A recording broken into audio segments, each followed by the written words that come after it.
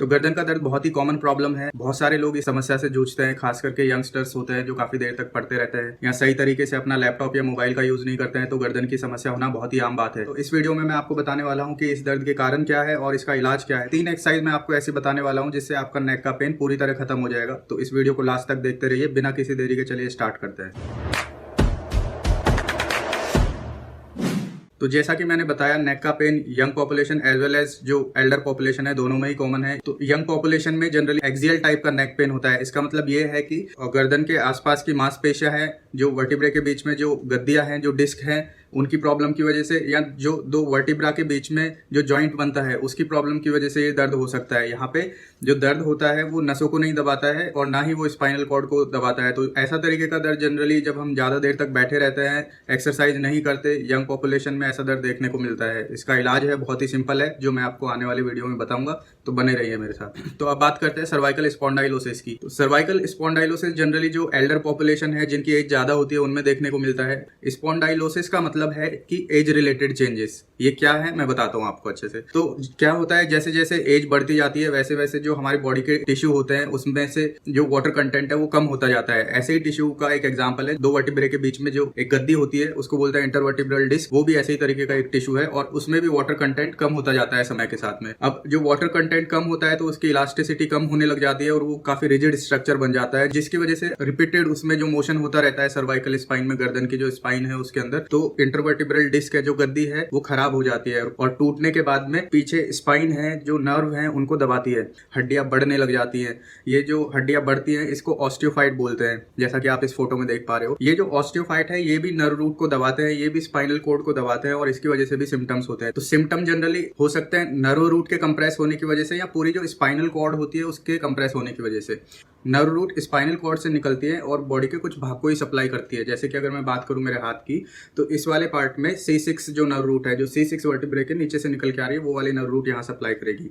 यहाँ पे C7, यहाँ पे C8 और ऐसे ही। तो नर्व रूट के कंप्रेस होने की वजह से सिर्फ जो हाथ है उसके कुछ हिस्से में ही आपको दर्द महसूस होगा। वो दर्द आपको महसूस होगा ऐसे पूरा चलता हुआ कि कंधे से आता है, फिर हाथ में नीचे तक होता होगा, पूरे हथेलियों तक आ सकता है। हेडेक भी बहुत कॉमन एक सिम्टम है, क्योंकि जो C3 नर्व रूट होती है वो सिर के पिछले वाले हिस्से में सप्लाई करती है, तो उसकी वजह से सिर में दर्द होना भी बहुत ही कॉमन सिम्टम है। अदर सिम्टम है कि हाथ में आपको झुनझुनी, सुनपन महसूस होना। तो अगर दूसरे तरीके का सिम्टम है उसकी बात करें तो ये है कि स्पाइनल कॉर्ड ही कंप्रेस हो जाना। तो ऐसी कंडीशन में इस चीज को हम बोल देंगे कि सर्वाइकल माइलोपैथी हो रहा है। माइलोपैथी का मतलब है कि स्पाइनल कॉर्ड पे ही दबाव आ रहा है। तो ऐसी कंडीशन में क्योंकि स्पाइनल कॉर्ड में से तो बहुत सारी नर्व्स निकलती है, तो बायलैटरल मतलब दोनों तरफ से हाथों में आपको सुनपन, झुनझुनी, कमजोरी आना महसूस होगा। सिर में दर्द भी कॉमन सिम्टम है। आपको महसूस होगा कि जब आप हाथ के रिपीटेड मूवमेंट्स करते हैं तो वीकनेस आने लग जाती है, किसी चीज को पकड़ने में कमजोरी महसूस होने लग जाती है। और सर्वाइकल माइलोपैथी यानी स्पाइनल कॉर्ड के इन्वॉल्व होने की वजह से पैरों में भी कमजोरी आ सकती है। आपको चलने में लड़खड़ाने जैसा महसूस हो सकता है। तो ये सारी जो दिक्कतें हैं ये सीरियस होती हैं और ऐसी कंडीशन में ऑपरेशन की जरूरत भी पड़ सकती है। तो हमें ये पता होना चाहिए कि सर्वाइकल रेडिकुलोपैथी क्या है, जिसमें सिर्फ नर्व रूट दबती है, ये एक इतनी सीरियस प्रॉब्लम नहीं है। वही दूसरी तरफ है सर्वाइकल माइलोपैथी, ये एक सीरियस प्रॉब्लम है और इसमें स्पाइनल कॉर्ड का दबाव होता है। अब बात कर लेते हैं कि हमें इसमें क्या जांचें करानी चाहिए। सबसे पहला है बेसिक एक्सरे। एक्सरे में हमें देखना होता है कि आर्थराइटिस है या नहीं है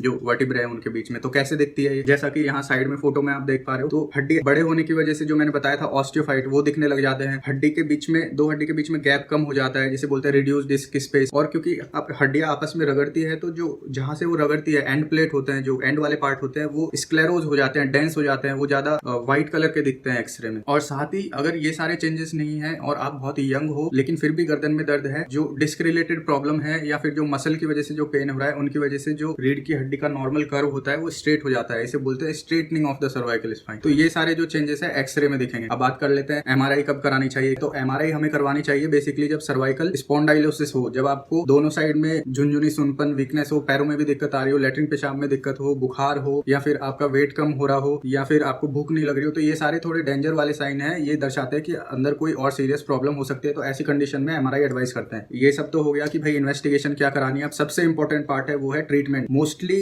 जो सर्वाइकल पेन है, नेक पेन है, यंग पेशेंट के अंदर कोई सीरियस प्रॉब्लम है वो नहीं दर्शाता है, अनटिल एंड अनलेस आपको रेड फ्लैग साइन नहीं है, जैसे कि कमजोरी कमजोरी एकदम से ज्यादा बढ़ना, वजन कम होना, भूख ना लगना, बुखार आना, फैमिली में किसी को कैंसर होना, लैट्रिन पेशाब में दिक्कत होना, अगर ये सारे सिम्टम्स नहीं है तो आप घर पे भी नॉर्मल जो एक्सरसाइज है फॉलो कर सकते हो। और अगर आपको आराम नहीं मिल रहा है 10-12 दिन के अंदर तो आप डॉक्टर को दिखा सकते हो कि कोई सीरियस इश्यू तो नहीं है। तो चलिए स्टार्ट करते हैं। मैं 3 एक्सरसाइज आपको बताऊंगा, ये 3 एक्सरसाइज आपको करनी है और इससे आपको डेफिनेटली गर्दन के दर्द में आराम मिलेगा। तो चलिए देखते हैं। तो चलिए स्टार्ट करते हैं चिन टक से। इस एक्सरसाइज में आपको सबसे पहले अपने 2 फिंगर्स को चिन पे रखना है और फिंगर से अपने जो सिर है उसको पीछे की तरफ पुश करना है। तो आपकी जो पोजीशन है कुछ इस तरह से होगी, आपका हेड और नेक वाला पूरा जो पार्ट है वो पीछे की तरफ चला जाएगा। इस पोजीशन को 10 सेकंड तक ऐसे ही आपको होल्ड करना है और इस एक्सरसाइज को आपको 10 बार करना है। इसी एक्सरसाइज का जो अगला वेरिएंट है वो है नेक फॉरवर्ड फ्लेक्शन। तो इसमें आप क्या करेंगे, सबसे पहले अपने जो चिन पे है दोनों उंगलियों को फिर से रख लेंगे और अपने हेड एंड नेक को पीछे की तरफ पुश करेंगे। इसमें जो अगली स्टेप है जो अलग है वो ये है कि आपको दूसरे हाथ से अपने हेड को पकड़ के और आगे की तरफ में स्ट्रेच करना है। ऐसा आपको 20 से 30 सेकंड तक इसको होल्ड करना है और इस एक्सरसाइज के 10 रिपीटेशन आपको